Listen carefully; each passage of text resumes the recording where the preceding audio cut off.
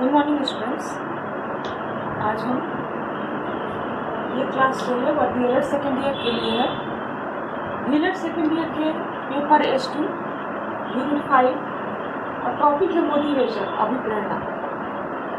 Important topic है, आज इस पर हम चर्चा करेंगे। मोटिवेशन क्या है, इसका अर्थ, परिभाषा, शिक्षा में इसकी आवश्यकता, शिक्षक को इसकी आवश्यकता, इन्हीं टॉपिकों पे हम चर्चा करेंगे। इससे पहले मैं आपको हमेशा कहती हूँ इस चैनल को सब्सक्राइब और लाइक कीजिए, क्योंकि आगे आपको ये नए वीडियो मिलते रहे और जितने भी साथी जो अभी तक इन क्लासेस से वंचित रह गए हैं वो इससे जुड़ सके और इस ई लर्निंग क्लासेस की सुविधा उनको भी प्राप्त हो सके। आइए क्लास को देखते हैं। टॉपिक है मोटिवेशन, अभिप्रेरणा। अभिप्रेरणा का अर्थ क्या है, पहले ये समझिए कि अभिप्रेरणा का क्या अर्थ है। व्यवहार को समझने के लिए अभिप्रेरणा प्रत्यय का अध्ययन अति आवश्यक है। अभिप्रेरणा एक प्रत्यय है, इसका अध्ययन बहुत आवश्यक है। अभिप्रेरणा शब्द का प्रचलन अंग्रेजी भाषा के मोटिवेशन शब्द से आया है। वह मोटिवेशन शब्द के समानार्थी माना जाता है। मोटिवेशन शब्द की उत्पत्ति लैटिन भाषा की ओटम धातु से हुई है, मोटम धातु से हुई, जिसका अर्थ है मूव। मोटम का अर्थ हुआ मूव, मतलब या इनसाइट टू एक्शन। इसका मतलब होता है कि प्रेरणा एक संक्रिया है, उसको ऐसे कह सकते हैं, प्रेरणा एक संक्रिया है जो जीव को क्रिया के प्रति उत्तेजित करती है तथा सक्रिय करती है। अभिप्रेरणा द्वारा व्यवहार को अधिक दृढ़ किया जा सकता है। इस प्रकार आपने जाना अभिप्रेरणा का अर्थ यह कहां से आया है। यह अंग्रेजी के मोंटम धातु से आया है और इसका अर्थ होता है इनसाइट टू एक्शन, एक्शन में आ जाना, मतलब कार्यरत हो जाना। जब हमें किसी वस्तु की अभिप्रेरणा क्यों बनती है, कैसे बनती है, इसका अर्थ जब हमें किसी वस्तु की आवश्यकता होती है, जब उसके बारे में हमें, मतलब क्या कहते हैं, हमें दुख होता है कि ये चीज मेरे पास नहीं है, जैसे प्रकाश हो, फैन हो, बहुत सारी चीजें जीवन में आवश्यकताएं हैं जो नहीं होती है, तो वो क्या होता है कि मेरे सामने हमारी वो जो कष्ट होते हैं वो हमारे लिए भी प्रेरणा का कार्य करते हैं और तब हम उसके लिए, फिर उसके बाद हम उसके बारे में सोचते हैं, उसका आविष्कार, उस दुख को दूर करने के लिए, उसके बारे में हम उसके आविष्कार करने के बारे में या उसके बाद उस कष्ट को दूर करने के लिए जो, तो वो एक अभिप्रेरणा का कार्य करती है। उसके उस पद पर हम अग्रसर होते, यह हमारे अंदर की इच्छा शक्ति उत्पन्न करती है। अभिप्रेरणा की जो प्रेरक शक्ति को गतिशीलता प्रदान करती है। तो अभिप्रेरणा द्वारा व्यवहार को अधिक दृढ़ किया जा सकता है और यह मोटिवेशन जो है वह किसी भी कार्य के लिए अभिप्रेरणा की आवश्यकता होती है, मोटिवेशन की आवश्यकता होती है। इसी सोच को मद्देनजर रखते हुए मोटिवेशन की अनेक प्रकार की परिभाषाएं सामने आई हैं, जो हमारे अनेक शिक्षाविदों ने दिया है मोटिवेशन के संबंध में परिभाषा। ऐसे हम मोटा मोटी कह सकते हैं, motivation is royal road of learning. Motivation है जो है, अभिप्रेरणा जो है, वह एक शाही सड़क है जिस पर चलकर हम अपने लक्ष्य को प्राप्त कर सकते हैं। क्योंकि अभिप्रेरणा, ऐसे तो जब हम पढ़ते हैं या कुछ भी प्राप्त करना हो, तो अगर प्रेरणा न हो तो वो उसको उस प्रकार से नहीं प्राप्त कर सकते या उतनी सफलता से उसकी तरफ हम नहीं बढ़ सकते। तो इसलिए कहा गया है कि मोटिवेशन इज रॉयल रोड, राजशाही सड़क, मतलब उसमें सही दिशा प्रदान करने की शक्ति होती है लक्ष्य प्राप्ति की ओर।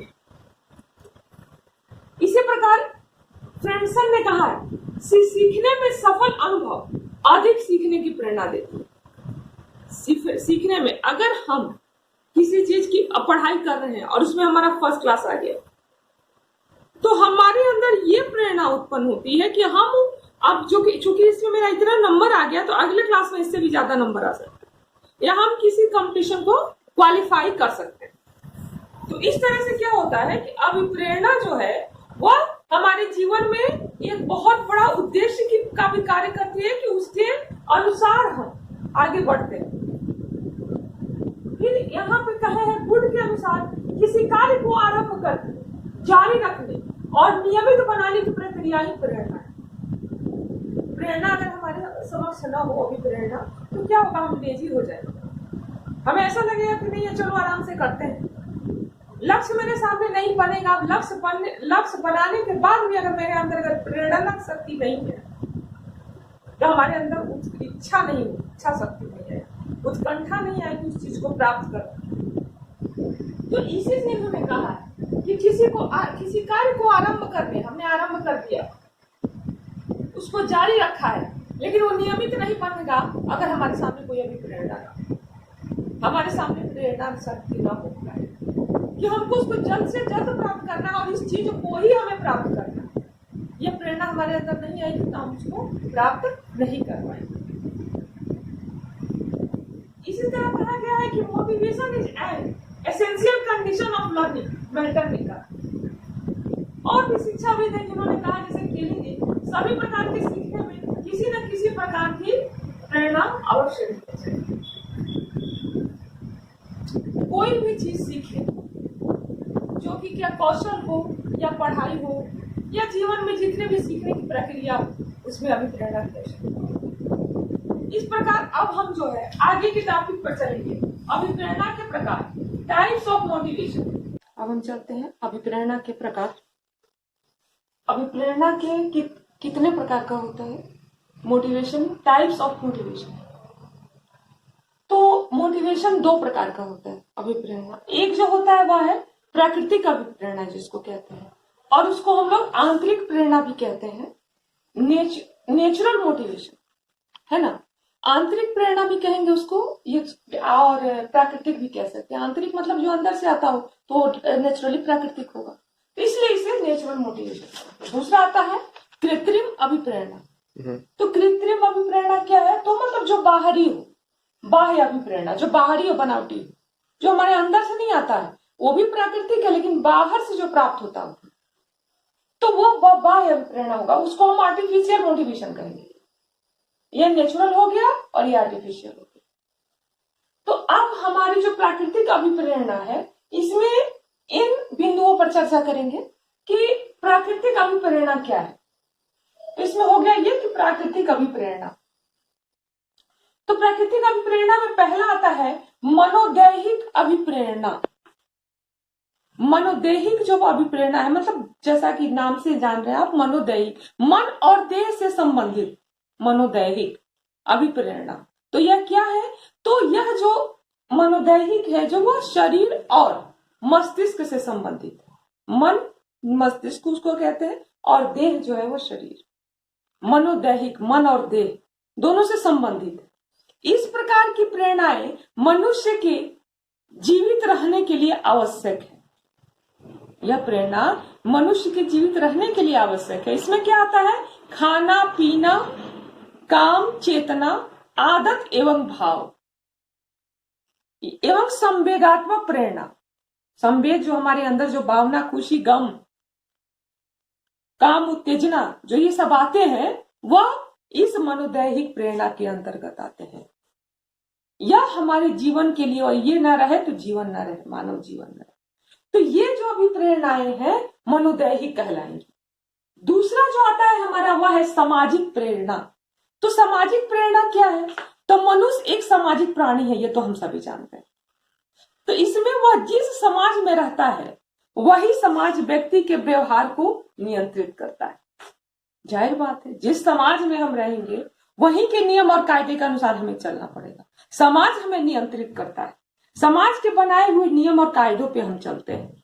तो जिस वह अभिप्रेरणा, वो भी हमारे लिए एक अभिप्रेरणा है। जैसा वो बताता है वैसा हम करते हैं। समाज से इतर जो जाता है उसको क्या कहते हैं, समाज से बाहर कर देते, समाज में उसको नहीं लेते, समाज में उसको नहीं रख, वो अलग, मतलब वो क्या कहता है, वो सामाजिक प्राणी नहीं कहलाता है। तो समाज जो हमारे व्यवहार को निर्धारित करता है। सामाजिक प्रेरणाएं समाज के वातावरण में ही सीखी जा सकती है, जंगल में नहीं सीखी जा सकती है। समाज में रह के ही समाज की प्रेरणा सीखी जा सकती है, जैसे स्नेह, प्रेम, सम्मान, ज्ञान, पद, नेतृत्व आदि। इन सबों की क्या जरूरत है, ज्ञान जो है वो समाज में रख के स्कूल में जाते हैं, समाज से बहुत सारा ज्ञान, कॉलेज में जाते हैं, यूनिवर्सिटी में जाते हैं, समाज में रहते हैं, बहुत सारा वहां से अनुभव प्राप्त होता है, पद हमें प्राप्त होता है, पढ़ते हैं, लिखते हैं, कंपटीशन को पद प्राप्त है, नेतृत्व, किसी सभा का नेतृत्व करते हैं, किसी पार्टी का नेतृत्व करते हैं। तो ये सब जितनी सामाजिक प्रक्रियाएं हैं वह सामाजिक प्रेरणा के अंतर्गत आती है। अब आता है हमारा व्यक्तिगत प्रेरणा। तो व्यक्तिगत प्रेरणा क्या है? तो व्यक्तिगत प्रत्येक व्यक्ति अपने साथ कुछ विशेष शक्तियों को लेकर उत्पन्न होता है। वो हमें पता, यही हमें अलग करता है एक दूसरे से। कुछ ना कुछ नेचर जो है, नेचर इतना ज्यादा क्या कहते हैं कि विस्मयकारी है कि प्रत्येक व्यक्ति जो जन्म लेता है वो एक दूसरे से भिन्न होता है, और वो आंतरिक शक्ति ही है जो उसे एक दूसरे से भिन्न करती है, वरना सब मनुष्य एक समान हो जाएंगे। तो ये नेचर की विस्मयकारिता है। तो क्या है, तो जो जन्म लेता है तो वो कुछ शक्तियों के साथ जन्म लेता है। ये विशेषताएं उनके माता पिता या पूर्वजों से, तो ये जो चीजें हैं, जैसे कि कुछ प्रेरणा जो है वो हमें अनुवांशगत कहा नहीं जाता है, इनका चेहरा अपने पापा से मिलता है, इसकी चेहरा अपने मम्मी से, इसका स्वभाव अपनी माँ से मिलता है। तो ये कुछ ऐसी आदतें हैं जो हमें हस्तांतरित की जाती हैं, हमारे दादा बाबा माँ पापा इनसे मिलती हैं, और छात्र और हमारे विकास में अपना प्रभाव छोड़ती हैं। इसी के साथ ही पर्यावरण की विशेषताएं, जो पर्यावरण हमारे आसपास है वह भी हमारे विकास पर अपना प्रभाव छोड़ता है। पर्यावरण से बालकों की शारीरिक बनावट और सुडौल और सामान्य बनने में सहायता देता है। व्यक्तिगत विभिन्नताओं के आधार पर ही व्यक्तिगत प्रेरणाएं भिन्न भिन्न होती हैं। इसके अंतर्गत रुचियां, दृष्टिकोण, स्वधर्म तथा नैतिक मूल्य आदि हैं। प्रत्येक आदमी का नैतिक मूल्य, उनका बनावट अलग होता है। जैसे समृद्ध और संस्कारी परिवारों के बच्चों को देखोगे तो सुंदर, बहुत संस्कारी रहेंगे। उस तरह का व्यवहार अगर पारिवारिक नहीं मिला, वैसा समाज, वैसा पर्यावरण नहीं मिला, तो उनका वैसा विकास नहीं हो पाएगा। तो यह हमें एक दूसरे से भिन्न करती है। तो ये हमारा हो गया व्यक्तिगत प्रेरणा। ये हम 3 पॉइंट के माध्यम से हमने भी प्राकृतिक अभिप्रेरणा के बारे में पढ़ा। अब हम आते हैं कृत्रिम अभिप्रेरणा। कृत्रिम अभिप्रेरणा क्या हुआ? तो वह कहलाती है बाह्य अभिप्रेरणा, आर्टिफिशियल मोटिवेशन। अब इनको हम इन बिंदुओं के माध्यम से जानेंगे। तो बाह्य अभिप्रेरणा क्या है? दंड एवं पुरस्कार। तो दंड और पुरस्कार दोनों मिलता है कहाँ? तो विद्यालय में। जब हम विद्यालय जाते हैं तो विद्यालय के कार्यों में विद्यार्थियों को प्रेरित करने के लिए, प्रेरणा के लिए दंड और पुरस्कार दोनों का प्रावधान है। तो हमें क्या होता है, जब अच्छे कार्य हम करते हैं तो हमें पुरस्कार प्राप्त होता है, और यह बहुत बच्चों के रुचि के लायक होता है, बहुत बच्चे खुश हो जाते हैं। लेकिन दंड भी हमारे लिए प्रेरणा का कार्य करता है कि जब हम अनुचित कार्य करते हैं, जो कार्य हमें हमारे लिए हार्मफुल है, हमारे लिए नुकसानदायक है, तो उनके लिए हमें दंड प्राप्त होता है। तो वह भी हमारे लिए भी प्रेरणा है कि हम उस कार्य को, अनुचित को छोड़ के उचित के मार्ग पर चले। तो यह हो जाएगा दंड एवं पुरस्कार। दूसरा जो हमारा पॉइंट है कि दंड एक सकारात्मक प्रेरणा है, इसमें विद्यार्थी का हित होता है। पुरस्कार, दंड एक सकारात्मक प्रेरणा किस तरह से है? तो वही जो मैंने आपको बताया कि दंड के द्वारा वो क्या होता है कि वो अपनी अनुचित को छोड़कर उचित के मार्ग को पकड़ते हैं। पुरस्कार एक स्वीकारात्मक प्रेरणा है। कैसे? तो यह भौतिक, सामाजिक और नैतिक भी हो सकता है। भौतिक मतलब किसी अच्छी वस्तु को देके प्रेरणा बन सकते हैं। सामाजिक रूप से आपको एक बहुत बड़ा मेडल मिल गया, सामाजिक रूप से आपको क्या होता है, ये उपाधि मिल गई। और नैतिक भी हो सकता है। तो इस तरह की नैतिक रूप से भी आपको बहुत सारे प्रशस्ति पत्र या आपको जो हमारे चरित्र प्रमाण, मतलब बहुत सारी चीजें जो है वो पुरस्कार के तो श्रेणी में आती है।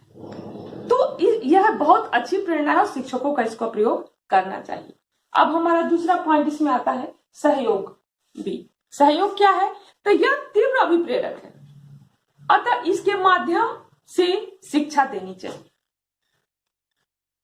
प्रयोजन विधि का प्रयोग विद्यार्थियों के सहयोग की भावना जागृत करती है। जब हम कोई प्रेरणा उनके सामने इस काम को करना है तो सहयोग की भावना जो विद्यार्थियों में होती है, एक दूसरे को देख के करने की जो आगे बढ़ने की ललक होती है, वह सहयोग की भावना, वह अभिप्रेरणा विद्यार्थियों में बहुत कार्य करती है और बहुत आवश्यक है। तीसरा हमारा पॉइंट है लक्ष्य, आदर्श, स्वोद्देश्य प्रयत्न, माने उद्देश्य के साथ प्रयत्न। तो प्रत्येक कार्य में अभिप्रेरणा उत्पन्न करने के लिए उसका लक्ष्य निर्धारित करना पड़ता है। पहले ये निर्णय करना पड़ता है कि इस लक्ष्य को प्राप्त करने के लिए हम ये कार्य करेंगे। फिर क्या होता है, एक आदर्श उसके सामने रखते हैं। तो आदर्श क्या रखते हैं कि ये अच्छा, इसमें ये गुण होने चाहिए, ऐसे कार्य होने चाहिए इनके साथ, ऐसा गुण के साथ ही होने से। और उसमें क्या होता है कि वह जो है स्वोद्देश्य प्रयत्न, उसमें उद्देश्य की भावना भी होनी चाहिए कि हमें अपने उद्देश्य को प्राप्त करना है। तो यह जो है वह स्पष्ट होता है, आकर्षक होता है, सजीव, विस्तृत एवं आदर्श होना चाहिए। इतना अच्छा होना चाहिए कि हम उसको इन तीनों पॉइंट्स के माध्यम से उनको प्राप्त करने के लिए प्रेरित हो सके। अगला पॉइंट है हमारा अभिप्रेरणा में परिपक्वता। परिपक्वता मतलब क्या होता है कि बहुत ज्यादा अनुभव, परिपक्वता मतलब उसमें पूरा तरह से क्या कहते हैं, मेच्योरनेस होनी चाहिए। परिपक्वता विद्यार्थी में प्रेरणा उत्पन्न करने के लिए आवश्यक है कि समय समय पर विद्यार्थियों को उनके द्वारा किए गए कार्यों में प्रगति से अवगत कराया जाए। उन्हें बताया जाए कि कितने मेच्योर हुए, उन्होंने कितने कार्य में की सफलता प्राप्त की है, जिससे वे अधिक उत्साह में आवे और भी कार्य को उत्साहपूर्वक कर सके। अगला हमारा पॉइंट है क्या, समग्र व्यक्तित्व का सहयोग। तो कैसे समग्र माने पूरे व्यक्तित्व को लगा के कोई कार्य करना, ऐसी प्रेरणा उत्पन्न करना कि हम सिर्फ एक मतलब क्या कहते हैं इंडिविजुअल काम में, पूरा शरीर उसमें कार्य करे। तो अभिप्रेरणा के द्वारा लक्ष्य की प्राप्ति से किसी विशेष भावना की संतुष्टि ना होकर, मतलब किसी एक भावना की संतुष्टि ना हो, उससे पूरे व्यक्तित्व को संतुष्टि प्राप्त हो। जैसे कोई अगर हमने लक्ष्य निर्धारित किया कि हमें ये नौकरी प्राप्त करनी है, तो उससे क्या होता है, हम उस पद को प्राप्त करके हमें आत्मिक संतुष्टि होती है, हमारा पूर्णता संतुष्टि होती है। तो इसको क्या करें, पूरे उस कार्य को करने के लिए हमने पूरे व्यक्तित्व को लगा दिया। तो यह जो प्रेरणा है वह एक बहुत अच्छी प्रेरणा है। और भाग लेने का अवसर, अगला पॉइंट है भाग लेने का अवसर। भाग लेने का अवसर क्या है, तो विद्यार्थियों में किसी कार्य को करने के लिए और उसमें भाग लेने के लिए बहुत उत्साह की भावना होती है, उसमें सम्मिलित होना चाहते हैं वो। तो अतः उन्हें काम करने का अवसर देना, ये सोचे बगैर कि अच्छा करेंगे या बुरा करेंगे, तभी उन्हें अनुभव प्राप्त होगा। तो यह भाग लेने का जो अवसर है वह हमें उन्हें एक प्रेरणा का कार्य करता है और उन्हें हमें प्रदान करना चाहिए। अब हमारा लास्ट पॉइंट है क्या, व्यक्तिगत एवं सामूहिक कार्य प्रेरणा।